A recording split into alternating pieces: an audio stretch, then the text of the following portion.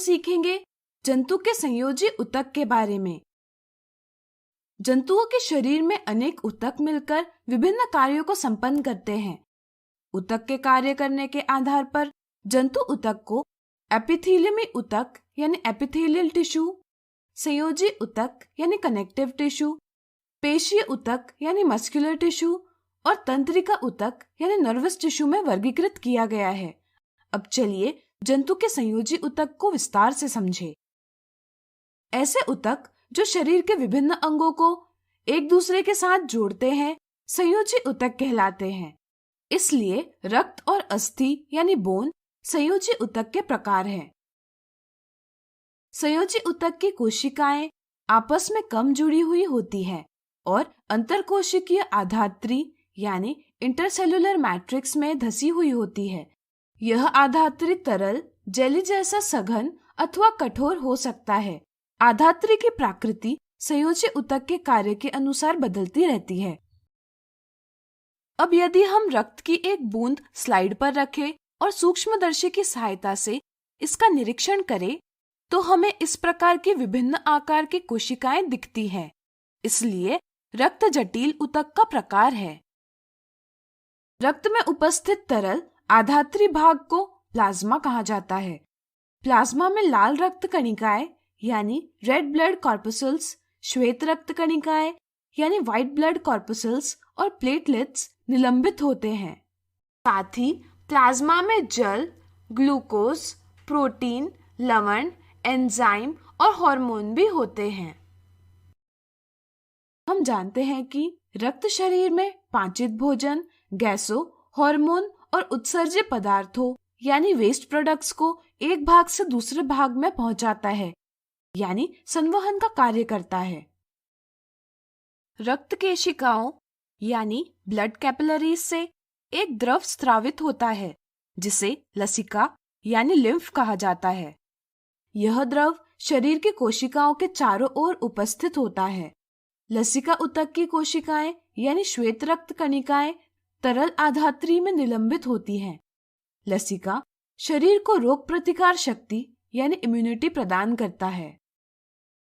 हम जानते हैं कि अस्थि भी शरीर के विभिन्न अंगों को एक दूसरे से जोड़ता है, इसलिए अस्थि भी संयोजी ऊतक का प्रकार है। अस्थि कोशिकाओं यानी ऑस्टियोसाइट कैल्शियम और फास्फोरस से बनी आधात्री में धसी हुई होती है। इसलिए यह आधात्री कठोर होती है, जिसके कारण यह ऊतक कठोर एवं मजबूत होता है। इसलिए हम अस्थि को मोड़ नहीं पाते। अस्थियां पंजर यानी फ्रेमवर्क का निर्माण करती है जो शरीर को आकार प्रदान करता है और अंगों को गति प्रदान करने में सहायता करते हैं। इसी के साथ यह मांसपेशियों और शरीर के मुख्य अंगों को सहारा भी प्रदान करते हैं। दो अस्थियां एक दूसरे के साथ स्नायु यानी अस्थिबंधन तंतु द्वारा जुड़ी हुई होती है। इसलिए स्नायु भी एक प्रकार का संयोजी ऊतक है। स्नायु में बहुत कम आधात्री होती है जो अस्थि को अन्य अस्थियों के साथ जोड़ती है। स्नायु बहुत लचीला और मजबूत होता है। अस्थियां और मांसपेशियां एक दूसरे से कंडरा यानी टेंडन द्वारा जुड़ी हुई होती है। इसलिए कंडरा भी संयोजी ऊतक है। यह एक मजबूत रेशेदार और सीमित लचीलेपन वाला ऊतक है। इसी प्रकार उपस्थि यानी कार्टिलेज भी संयोजी ऊतक का प्रकार है।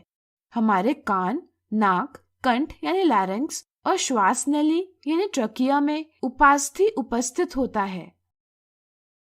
इस ऊतक की कोशिकाएं यानी कॉन्ड्रोसाइट लचीली होती है और इनके बीच में पर्याप्त स्थान होता है।